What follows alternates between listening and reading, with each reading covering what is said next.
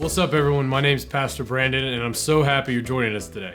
If it's your first time with us, I certainly hope it's not your last time with us, because here at New Post Church, we lead people to love God, love people, and to make a difference. We do that by creating a church that is for the Fredericksburg region. We support local schools, women's centers, homeless shelters, and food banks to make a difference in our community. Now, let's jump into this week's message. Family is fun. Family can bring laughter. Family can be messy. Oops. Family can be unexpected. Family can bring joy. Family can bring a lot of feelings. Ultimately, family matters.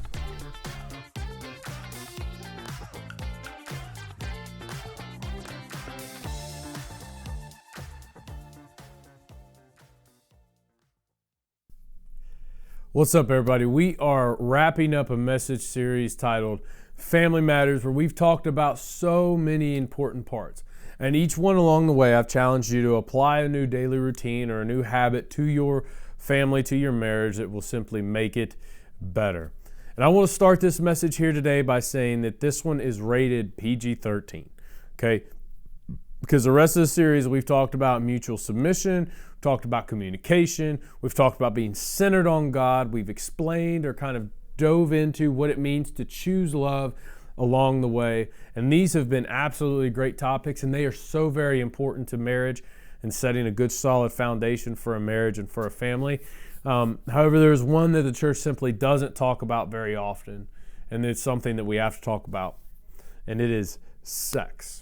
So if your kids and them ain't ready, then you can flick this off. You can go somewhere else if you need to and come back to this after they've gone to bed, or you haven't had those conversations yet, or maybe this is a great time to have those conversations. I don't know. I just want to give you the lighthouse up front and give you the warning up front that this is going to be a little PG-13. Now you know, here we go, all right? The church has ignored sex, and many of you probably have grown up in churches that has demonized sex and made it to where it's a bad thing, or a thing to where makes people feel bad about it, right? It's this unhealthy thing that we think about, emotionally. And churches, the church's stance on sex has changed over the past few years, has led to an incredibly unhealthy purity culture that stemmed from the 80s, 70s, 80s, 90s, early 2000s. And culture has simply furthered that stereotype. Now, the church is doing a good job recovering and changing that viewpoint, but it still doesn't change that we have now decades that we have to recover and things that we have to change.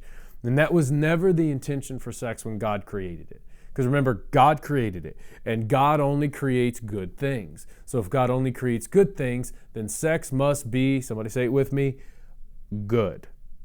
It's good because He created it. And it's likely you grew up, and I did, grew up in a church that adopted this verse as their view on sex. Now, for the matters you wrote about, this is the Apostle Paul. This is probably the verse that you guys saw and heard before. It is good for a man not to have sexual relations with a woman. That's what the church has really adopted over the past 50 years. But in the garden, they were completely naked.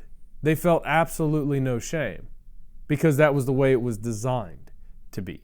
Because sex was designed to be something so much more than what we treat it today. Now, in order to understand where we're going to dive in and where we're going to try to grasp this and build upon this verse and build upon this message, we have to understand that Paul was speaking to a specific problem with sex in the church in Corinth. That verse was directed because the people in Corinth could not stop having sex with everything that moved. It was a problem. So he says, look, according to the matters you wrote about before, it is not good for y'all to have sex because y'all being very irresponsible with that. Okay? Here's the thing. Culture then completely distorted sex. That's what you need to know today, and you probably already do. Culture today has completely distorted sex from the way it was originally intended. And for those of us that follow Jesus, that doesn't mean we can't have sex. Okay? That doesn't mean that at all. Following Jesus does not mean that you can't have sex. It means the way it happens, who it happens with, has got to change.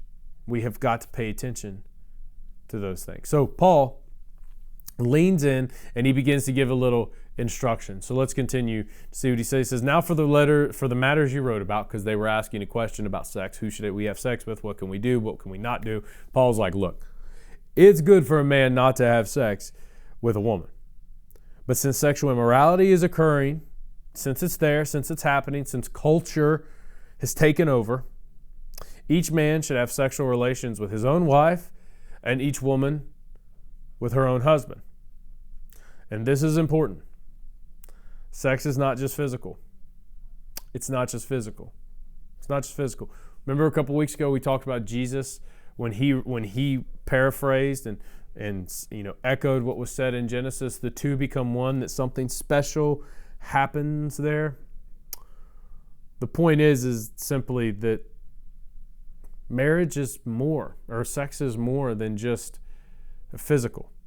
Sex really, serves two purposes: to procreate and intimacy, procreate and an emotional and spiritual connection. And the second one is very important because culture seems to just say, hey, it is only physical. It's only physical. It's only physical. It's only physical. But the Apostle Paul says, well, hold on a second. If it's happening among you, if it's only physical, Paul wouldn't place a correction. But since it's not only physical, he says, look, you should only have sex with your husband. You should only have sex with your wife. That's just how it should be. Because you're sharing part of yourself with them. Because it's more than physical. It's more than physical. Intimacy or closeness or sex should be reserved for your spouse. Should be reserved for your spouse.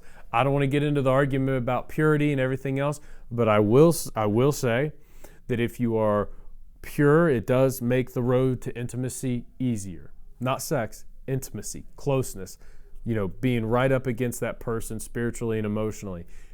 A purity does indeed make that easier. But listen to me. I know this is going to sound so heretic, but I've just got to say it because it's just not true. That purity is not required for intimacy. You can go on and be promiscuous and have tons of that and then come back and you can still be intimate with your wife now and you can still be intimate with your husband now. The path is going to be different. The path will be more difficult. So don't take that and say that this is a path, this is a pass and I can run and the preacher said I can have sex with whoever. I didn't say that. I'm simply saying that the path is going to be wildly difficult. And some of you that have walked the path know it. I've walked the path. Okay? I understand. I'm there. But it should be reserved for your spouse. It's meant to be exclusive.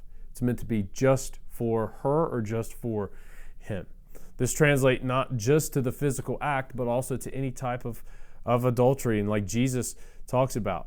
And this includes pornography.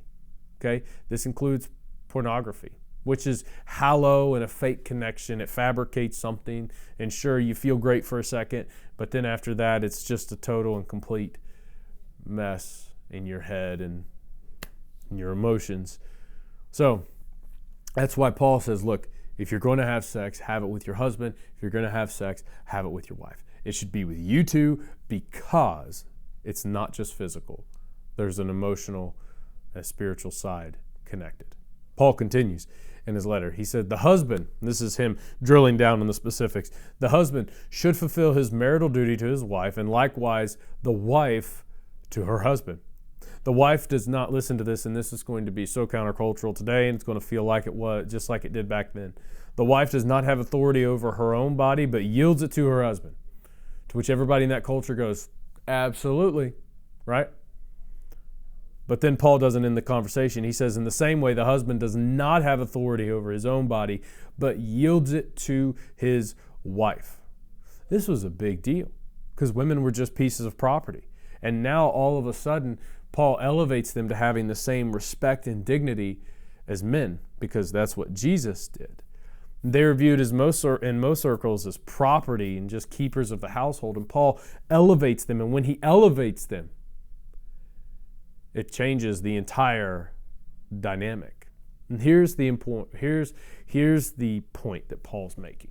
Okay, and this is very, very, very, very, very, very intentional. Okay, the words I've picked here are very intentional. Providing intimacy with your spouse is your privilege. Okay, I could have said duty, I could have said job, I could have said work. It's none of those things. It's your privilege to get to do that. That's what love is. It's a you first. It's my joy to provide and care for you. And intimacy doesn't just mean sex. Okay, in this sense, it doesn't just mean sex. I mean the closeness. The closeness. That right there, the closeness. That is your privilege to give to your husband and your privilege to provide for your wife. Now, maybe that is just she wants to watch a TV show, so y'all sit down and do snuggles and or cuddling and watching the TV show with them, or maybe it's just having those deep emotional conversations that he or she wants to have with you, and that's intimacy that it's your privilege to provide. And it could also just be sex. It's your privilege to do that for your husband and privilege to do that for your wife. And it's also your privilege too. Somebody say amen. Stop viewing it like a chore. Okay, if you want your marriage to go through some hardships, I promise you, and this is just the nature of it, treat sex like a chore. Treat intimacy like a chore.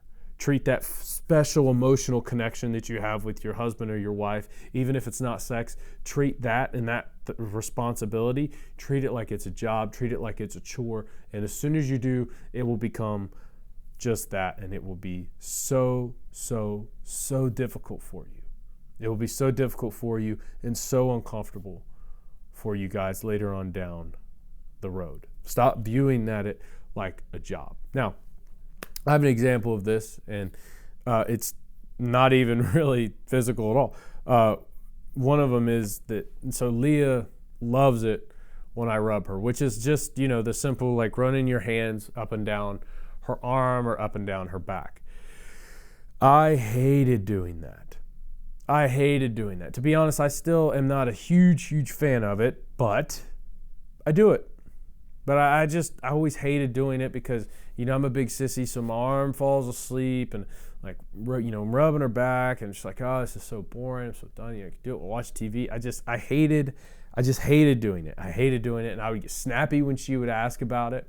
She would say, would you do it? Like, no, I don't want to do it. Stop it. Come on, stop. And I started treating it like it was a job. So then all of a sudden it became totally transactional, where it was like, well, what are you going to do for me if I do that? Come on.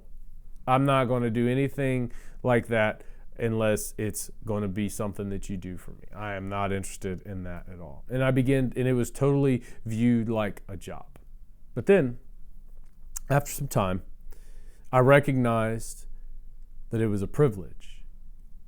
It was a privilege to provide that for her. It was a privilege to give her that kind of joy. It was a privilege to have that type of intimate moment, because that's what she wanted. She just wanted to be close. And it wasn't sex, didn't have to be sex at all. It was just, she just wanted to be close.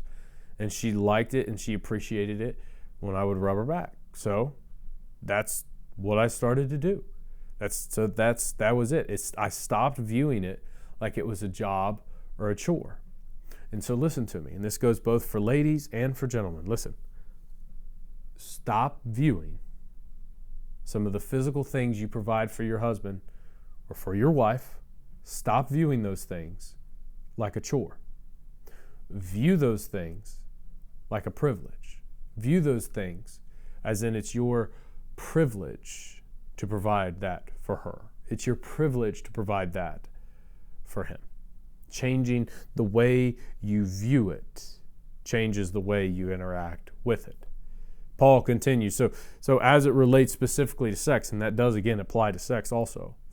As it relates to sex, Paul continues, he says, do not deprive each other, except perhaps, so maybe, by mutual consent, meaning you both have decided you're going to take a time of spiritual fasting. You're going to fast physical contact with one another. You're going to decide that you want to do something different. So, He says, don't deprive one another except when you've decided to do that together for a time so that you may devote yourselves to prayer. So that you may devote, this just seems, I laugh at this because it's just so spiritual, but it's true. Sometimes fasting from things you enjoy is beneficial. Having intimacy with your spouse, having sex with your spouse, maybe you need to fast from that a little bit and take some time into prayer. But then Paul's very clear. He says, then come together again so that Satan, the adversary, will not tempt you because of your lack of self-control. You're only, and this is the point. This is something that we all have to realize and we all have to wrestle to the ground. That you're the only legitimate means of intimacy for your spouse. You're it. You're the only way that somebody can connect with her on the level that she needs to. You're the only way that somebody can connect with him on the level that he needs it. That's just the truth, that you're the only legitimate way of doing it. And that's what sin is, right? Sin is meeting a legitimate need. So a legitimate thing that has to happen, a legitimate need. It's meeting a legitimate need in illegitimate ways. That's the problem with pornography. Pornography is running rampant across our culture. It's all over the place. It's all over the place. And so many people, so many Christians, so many people are wrapped up in it. Why? Because it's meeting a legitimate need in illegitimate ways. And it's so simple. It's so simple. And we've been told the lie that it's only physical. That I just go have a little sex over here, just go have a little sex over there. It's only physical. It's not going to make a difference. I mean, I'm only looking at it on my phone. I'm only looking at it on my iPad. It's not going to make a difference. And it absolutely does. Because every time that happens, something happens in your brain. Something happens in your spirit. And when it does, it's searching for connection and intimacy that can't be provided by a phone screen. It's searching for connection and intimacy that can't be provided by anything else than your spouse. And you are the only legitimate means that they have to do it. So that's why the apostle writes and says, don't deprive each other. Don't deprive each other of the things that you both need. The things that you both need. Except for a time of prayer. Except for a time of prayer. It's so very important. So very important for each and every one of us that we would recognize these things, that it is not just physical. It's not just physical. And the fact that many of us believe it's just physical is a complete lie from the pit of hell. Because if we can believe it's just physical and there's no emotional or spiritual attachment to it, then it's guilt-free. It doesn't matter. But you have experienced the opposite, haven't you? You've probably experienced times when it wasn't just physical. You experienced a time where there was an emotion that you gave that was not reciprocated, or something that you extended and you said, oh, I thought we were something, and she's like, no, we weren't. Or I thought we were something, and he's like, no, we weren't. It's not just physical. It's not just physical. And you're the only way that your spouse can get it. You're the only way that your spouse can meet those needs. So I encourage you to come together with your spouse and talk about it. Because culture has hijacked the definition of sex. It totally has. When, where, and who to do it with. It's just totally hijacked all of it, pulling it further and further and further from what the Lord originally intended it to be. And you can see the results in our society. It's no shock. I mean, you can totally see the results in our society. It's damaging to our society. And we've determined, and this is how jacked up it is, we've determined that we need to start talking to our kids about sex in 5th grade. Because it's right after that they start hearing about it in school, and maybe even a little bit before that, start hearing about it in school. They're exposed to it beforehand. So we've got to have those conversations beforehand. That's the world we're living in. That's the world where culture has just so distorted the idea of sex. That was never how it was meant to be. That was never how it was meant to be. Sex was totally meant to be something between a husband and a wife. It was meant to be something that was happened inside of a covenant relationship where the two, in Jesus' words, become one. Two spirits become one. Culture would have us believe something different. The world would have us believe something totally different. And this is important too. Don't shrug this off and ignore this. Sex, intimacy is a part of your marriage. You cannot ignore it. You cannot ignore it. I don't care what you've decided to do with your husband, and I don't care what preconceived thing you two have come to, but you cannot ignore it. Because when you do, that's a level of your relationship that will never be regained. And it is a problem, because that's not the way God intended it to work. What if we began to view that intimacy as a privilege and the opportunity to share with something special with our spouse? What if we changed the narrative that culture grabbed sex with and changed the narrative a little bit and went back to the way God viewed it, handled it the way God has instructed us to handle it? How would your marriage look different if you viewed it like it was a privilege to provide intimacy for your wife? How would your marriage change if you viewed it as a privilege to provide intimacy for your husband? How different would your marriage look? How different would everything feel if we just applied this principle? That it's reserved for her, that it's reserved for him. I'm not going to go to my phone. I'm not going to go to my iPad. I'm not going to go to my computer to do anything else. I'm not going to do that. I'm not going to search things on Instagram. I'm not going to search things on Twitter. I'm not going to search things on Facebook. I'm going to reserve when that moment happens and those things happen. I am simply going to go to my wife and go to my spouse and say, hey, are we in a time of prayer? Right? And don't be afraid to have a conversation with your spouse. Talking about it is the first way it doesn't become so taboo, so out of touch, so disconnected from everything. Don't let culture define what it is in your marriage. God's already defined it. You just need to apply it. We just need to apply it. So I encourage you. It's a privilege, not a job. So let's pray. Father, thank you so much for the gift of intimacy in our relationships. Lord, thank you that we can review and pay attention to what it means to be truly intimate with one another. And we have the opportunity to do this in our marriages. So, Father, help us do that. Help us remain centered and focused on the right things. And, Lord, let's not let culture define what sex is. Lord, help us define what it is. Help us apply your definition to it. So, God, we love you. We give you all the praise. In Jesus' name, amen.